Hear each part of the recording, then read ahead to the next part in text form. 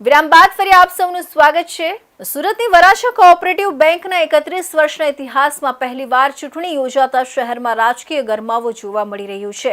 સહમતિ ન સધાતા હવે સહકાર પેનલ અને અપક્ષ ઉમેદવારો વચ્ચે સીધી ટક્કર જામેલી છે। મોટી સંખ્યામાં સભાસદો મતાધિકારનો ઉપયોગ કરવા જઈ રહ્યા છે, ત્યારે ડેટા પ્રોટેક્શનના નિયમો વચ્ચે ઉમેદવારો માટે પ્રચાર કરવો પણ પડકારરૂપ બન્યું છે। આ સમગ્ર ચૂંટણીમાં વિધાનસભા જેવી ચહલપહલ જોવા મળી રહી છે। સુરતની પ્રખ્યાત વરાછા કોઓપરેટિવ બેંકના 31 વર્ષના ઇતિહાસમાં પ્રથમ વખત ચૂંટણી યોજાઈ રહી છે, જેને લઈને સભાસદોમાં ભારે ઉત્સાહ અને રાજકીય માહોલ જોવા મળી રહ્યું છે। અત્યાર સુધી સહમતિથી સંચાલિત થતી બેંકમાં આ વખતે સહમતિ ન સધાતા ચૂંટણીની નોબત આવી છે। આ ચૂંટણીમાં સહકાર પેનલ અને તેની સામે અપક્ષ ઉમેદવારો વચ્ચે સીધી ટક્કર જોવા મળી રહી છે। કુલ 15 બેઠકો માટે યોજાનારી ચૂંટણીમાં 5 ઉમેદવારોએ પોતાનું ફોર્મ પરત ન ખેંચતા અંતે મતદાન જરૂરી બન્યું હતું। જો કે તેમાંની 3 બેઠકો પર ઉમેદવારો બિનહરીફ જાહેર થતા હવે બાકી રહેલી 12 બેઠકો માટે કુલ 17 ઉમેદવારો વચ્ચે ચૂંટણી જંગ જામ્યો છે।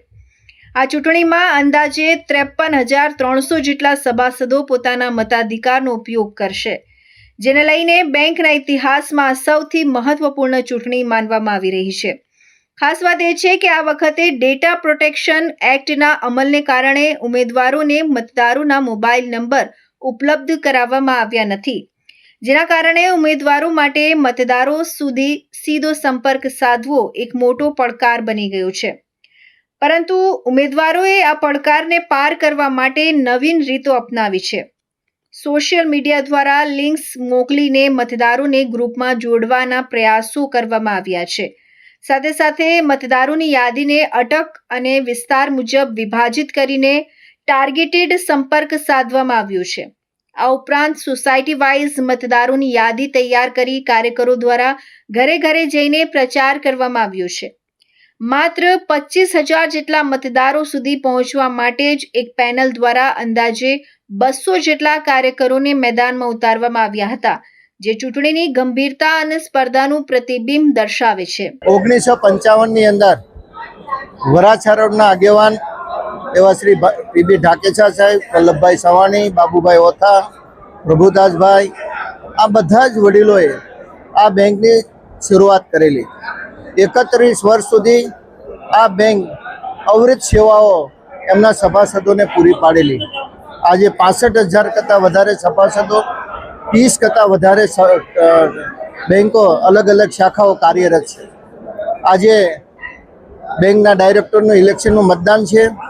સવારથી ખૂબ ઉત્સાહથી મતદારો, સભાસદો મતદાન કરી રહ્યા છે। 8 વાગ્યાથી સતત લાઈન છે। મતદાન કુટીર સુધી પહોંચવામાં 1 કલાક અત્યારે મતદાન મથક સુધી પહોંચવામાં વાર લાગી રહી છે। આ બતાવે છે વરાછા કોઓપરેટિવ બેંક ઉપર સભાસદોનો ટ્રસ્ટ।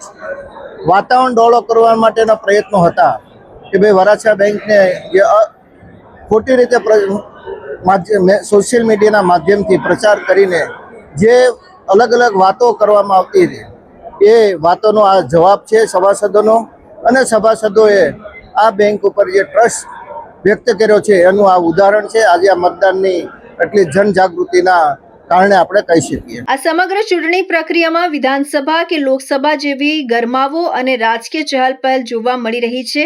વરાછા બેંકની આ ચૂંટણી માત્ર બેંકના સંચાલન માટે નહીં, પરંતુ સહકારી ક્ષેત્રમાં નવી દિશા નક્કી કરનાર એક મહત્વપૂર્ણ ઘટના બની રહી છે।